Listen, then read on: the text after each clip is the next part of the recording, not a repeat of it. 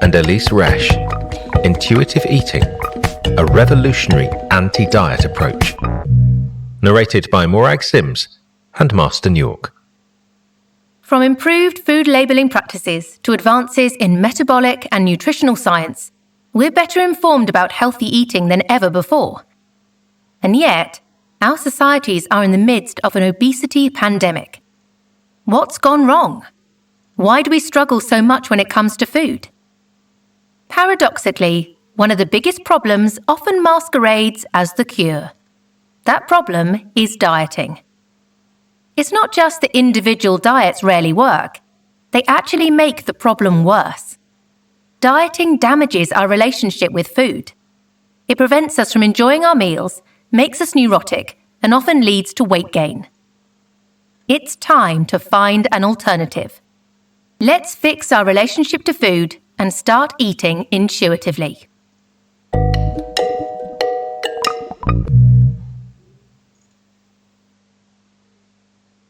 Blink 1 of 7.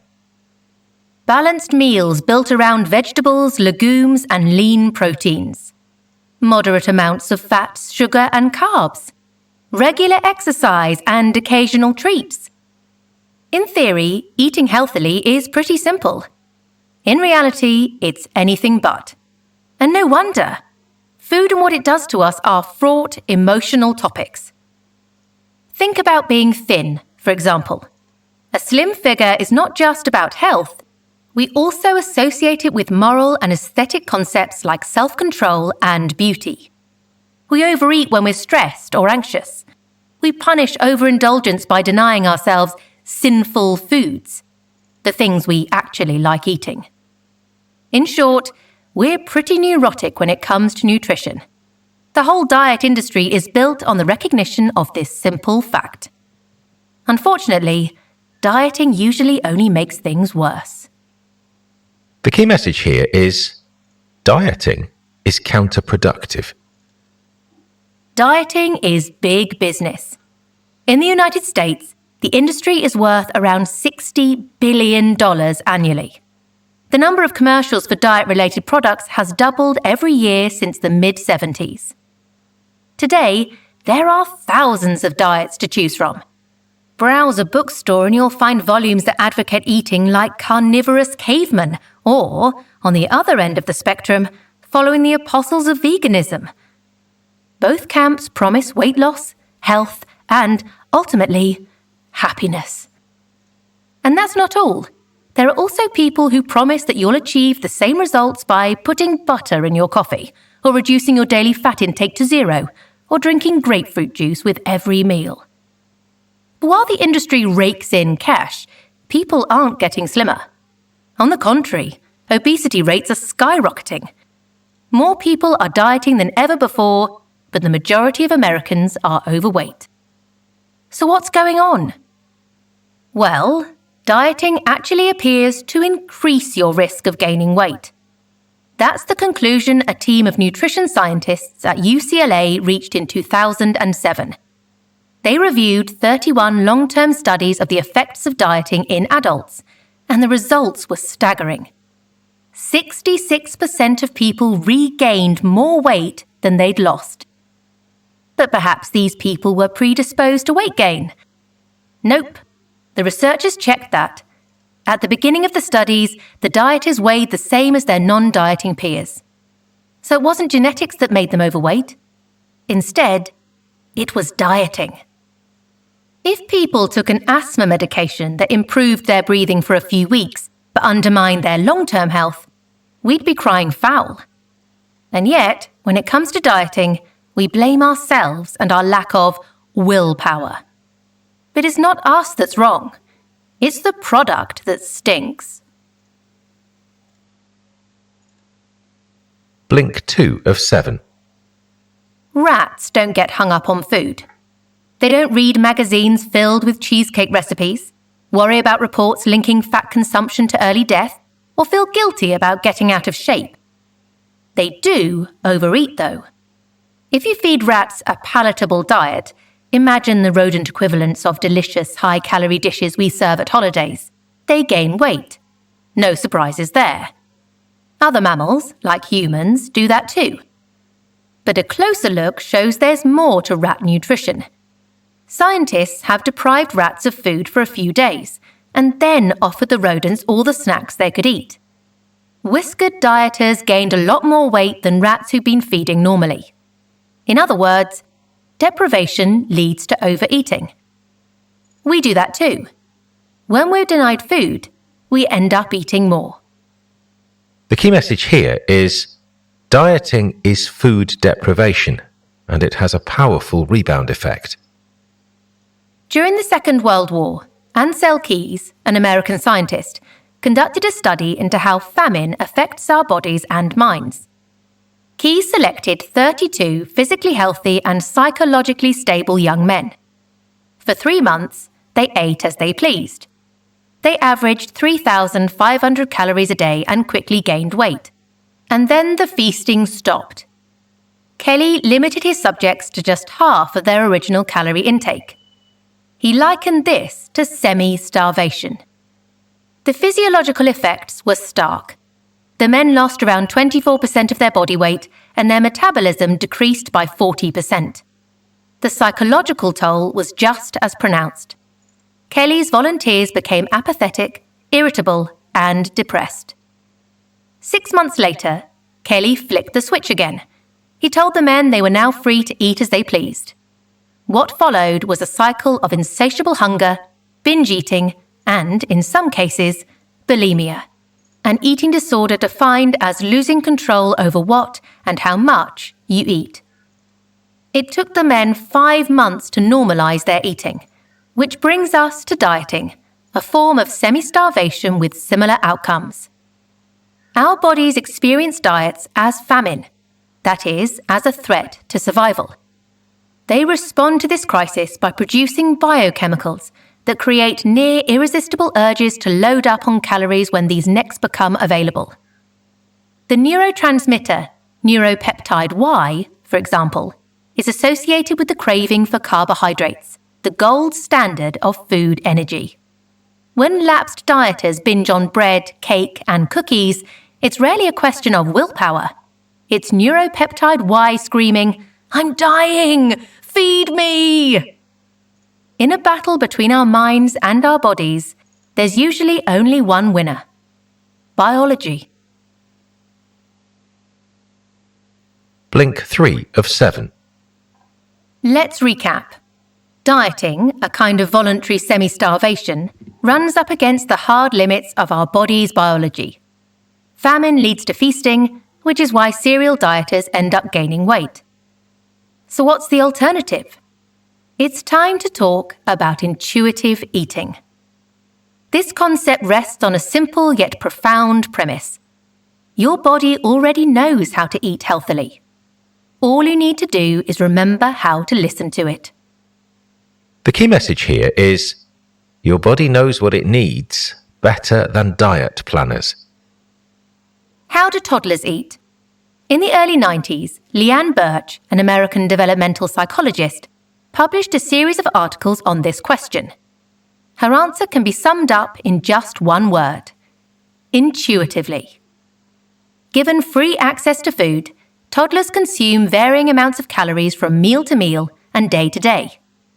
When they're ravenous, they eat a lot. If they're only peckish, they'll do with a small snack. But take a longer time frame, say a few weeks, and you'll see that the toddler's calorie intake is remarkably stable. They have an intuitive and spontaneous way of satisfying shifting energy needs. Simply put, toddlers' bodies tell them how much to eat and when to do it. Adult bodies can also fine-tune their energy needs. Biologically speaking, there's no difference between how adults and toddlers eat. The problem arises when we start to constrain our eating in dietary straitjackets. Slowly but surely, we learn to ignore hunger.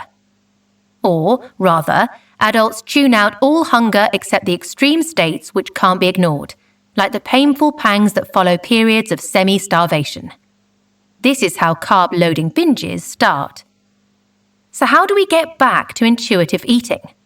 Well, step 1 is honouring your hunger. Listening to what your body is trying to tell you. Here's how you can start putting that idea into practice. Every time you eat something, grab pen and paper and rate your hunger on a scale of 1 to 10. When you're done with your meal or snack, repeat the process. Ask, how hungry am I now? Over time, you'll start to see patterns. How long do you wait between meals? Is there a relationship between how much and how often you eat?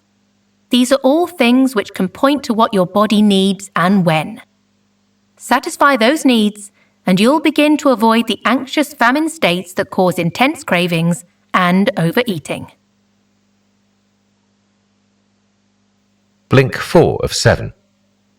Food is emotional, and the labels we attach to it evoke strong feelings. Slimming foods are boring but virtuous. Fatty foods, on the other hand, are deliciously sinful. Indulgence warrants punishment. A moment on the lips, we're told, is a lifetime on the hips. Few of us are cut out for a life free from culinary sin, though. Trying to stick to the straight and narrow path doesn't lead to virtue. It traps us in a cycle of abstinence and guilty binging. The key message here is dieting is an unhealthy emotional rollercoaster. All diets have one thing in common. They're restrictive. In other words, they tell you what not to eat. Avoid these foods, they say, and you'll discover the path to slimness, health, and happiness. Scapegoats vary from diet to diet. Some claim it's carbs that are playing havoc with your waistline. Others pin the blame on fats or sugar. Usually, though, diets tell us to ditch all the things we love. But here's something diets miss. Restricting foods you enjoy isn't just a matter of calories. It sends you on an emotional rollercoaster ride. At first, giving up cookies or pizza makes you feel virtuous. You're avoiding bad foods. You now have a guilt-free relationship with food. This is the first phase of a diet, but it doesn't last long. Slowly but surely, you begin to resent your deprivation. And then, one day, you snap. You can't bear another restrictive meal, let alone another whole day of restrictive eating. You remind yourself of how good you've been. Surely that's justification enough for a small treat. These thoughts make you feel bad, but not bad enough to stop right away. This is where the cycle starts. Day after day, you continue breaking dietary rules, and the guilt creeps in. Suddenly, you find yourself at another tipping point. This is the what the hell effect. You've already blown the diet, so what's the point of stopping now? As you return to eating bad foods, your sense of deprivation fades and is replaced by guilt. When this guilt becomes overwhelming, the cycle starts anew. You decide to return to the straight and narrow and restrict what you eat. That makes you feel virtuous, until the deprivation becomes unbearable and famine turns to feasting once again. How do you get off this emotional roller coaster? As we'll see in the next blink, the solution is to let go of deprivation altogether. Blink 5 of 7. Diets are wars. There are allies and enemies. The good foods, which aid your struggle, and the bad foods that undermine it. Defeats must be avenged. A cheeseburger today calls for heroic sacrifices tomorrow. Even when you're winning this war, dieting is emotionally draining. And when you fail, it feels like you've lost more ground than you've ever gained. This brings us to the second principle of intuitive eating: making peace with food. Rather than fighting your cravings, you need to work with them. To call this truce, give yourself unconditional permission to eat. The key message here is allowing yourself to eat forbidden foods makes them less compelling. Lots of diets are based on the idea that foods rich in calories, sugar, and fat are addictive. Once you start eating them, it's claimed, you'll have a hard time stopping. The result? Binge eating and weight gain. So then, the logical solution seems to be a ban on forbidden foods. It's a neat theory, but it's not backed up by scientific evidence. Take a major study published in 2011 in the journal Eating Disorders. It showed that when people with eating disorders were allowed to eat forbidden foods as part of their treatment, binge eating decreased significantly. How does this work? Recall what we said about food deprivation. It leads to intense cravings, which in turn result in overeating. Ironically, if nobody's limiting your intake of, say, chocolate cake, you're less likely to binge on it. If it's always there, you don't need to gorge yourself during brief windows of opportunity. So how do you start making peace with food? Well, the first step is to list every food you find appealing. Then circle the foods that you've been restricting. Next, go and buy them in a supermarket or order them at a restaurant. As you're eating them, check in with yourself. Do they actually taste as good as you imagined? And once you're through with them, how do you feel? Happy? Indifferent? Perhaps queasy? If those foods taste and feel good, give yourself permission to continue eating them. That doesn't mean eating as much as you like and whenever you want, though. Remember, intuitive eating is about becoming more attuned to your body's needs. Peaches and chocolate cake may be emotionally equal choices, but that doesn't mean they're equal in all respects. However much you love chocolate cake, there will be times when you're better off honouring your hunger with a peach. Blink 6 of 7. How does an apple stack up against a slice of apple pie? Well, both are sugar-rich, but raw apples are less calorific because they contain very little fat. Also, raw apples are a lot richer in dietary fibre. Such neutral observations help us make informed decisions about what and when we eat. Say it's mid-afternoon and you're meeting friends for a restaurant meal in 3 hours. Fresh fruit or pie? It's an easy call. So far, so sensible. Why then do we have such a hard time making pragmatic everyday food decisions? Simple. We've moralized food so much that we're struggling to think clearly. The key message here is ignoring the food police makes for a healthier approach to eating. When we talk about food, we often sound like fanatics of a religious cult. Meals can be decadent or tempting. Dieting laws are like commandments.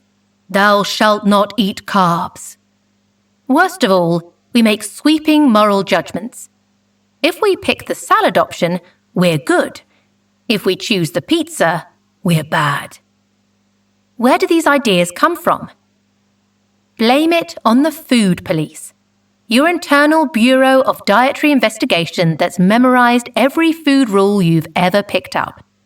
Its officers are always on the lookout for new violations. But here's the thing. You don't have to obey them. Food police's edicts are irrational. You'd be better off replacing them with more considered thoughts. To do this, you first need to identify irrational thinking. Ask yourself, am I having repetitive and intense feelings about some foods? If the answer is yes, challenge those feelings, and then ask follow-up questions. What is it about your thoughts that make you feel this way? What are you saying to yourself? What's true about your food beliefs and what's false? Once you've uncovered irrational thoughts, you can replace them with something more reasonable. Take a client who came to see Evelyn Tribole, one of the authors. This woman believed that if she had pizza for dinner, she'd wake up much fatter the following morning. This thought is irrational. Our bodies just don't work that quickly. But the woman was feeling bigger. So what was going on? There's a logical and biologically correct explanation. Eating pizza, which is usually pretty salty, made the woman retain more water. In other words, she was temporarily bloated, not fat. Reframing the issue this way neutralized its moral sting. Having a pizza was no longer something reprehensible. Blink 7 of 7. When you learn to honour your hunger, the way you eat becomes more closely attuned to your body's needs. But that's just half the battle. You will also need to learn to stop eating when your body tells you it's full. Respecting fullness, or satiety, hinges on giving yourself unconditional permission to eat. Why is that? Well, you're unlikely to say you're full and leave food on your plate if you're concerned you won't get to eat that pizza, apple pie, or burger anytime soon. The key message here is eat mindfully, and your body will tell you when it's full. Let's say you've given yourself permission to eat whatever you like. That's a great start. It means you've eliminated one of the most common causes of overeating. You're no longer at risk of binging in response to deprivation. But overeating can also be the product of inattention. Simply put, when you're not listening to your body, you usually eat more than you need to. That's where conscious eating comes in.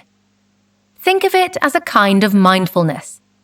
The aim here is to suspend judgment and observe yourself eating. Pay as much attention to detail as possible. Start by pausing in the middle of your meal or snack. You're not committing yourself to stop eating at this stage. You're just checking in with your body. Carry out a taste check. How does the food taste? Is it delicious? Are you enjoying it? Is it worthy of your taste buds? Or are you just eating it because it's there? Next, you'll carry out a satiety check. Rate your hunger and fullness levels. At first, you'll likely see this in black and white, hungry or full terms. With practice, however, you'll learn to identify the shades of grey between hunger and satisfaction. If you decide to eat more, perform another satiety check when you're done. How full are you now? Did you achieve a comfortable level of satisfaction, or did you overshoot? This will help you find your last bite threshold, the point at which you'll know that the food in your mouth is the last bite you're going to take. Learning this skill is not instant, but you'll get there. Remember, intuitive eating is about rediscovering something your body already knows. All you need to do is learn to listen to it. You just listened to our blinks to Intuitive Eating by Evelyn Tribole and Elyse Resch. The key message in these blinks is that dieting is presented as the silver bullet to all our problems. Lose weight, the dieting industry says, and you won't just be slimmer, you'll also be healthier and happier. In reality, dieting is often a recipe for misery. It ruins our relationships with food. We develop new hang-ups, feel guilty and, ironically, end up putting on more weight than we'd lost. The good news is that there is an alternative: intuitive eating. This approach is all about attuning yourself to your body and replacing the artificial constraints set by restrictive diets with natural constraints set by your own biology. Here's another piece of helpful advice. Check in with yourself periodically. We all know it's easy to fall back into old patterns. To avoid returning to deprivation under the guise of healthy eating, ask yourself some questions. Do you really like the taste of the new foods you've chosen? Or are you being a health martyr? How does eating these foods make you feel? Do you like that feeling? Are you more energetic? Do you still trust yourself to have a non-healthy treat? Answer these questions honestly, and you'll find it easier to pursue your new goals while remaining an intuitive eater.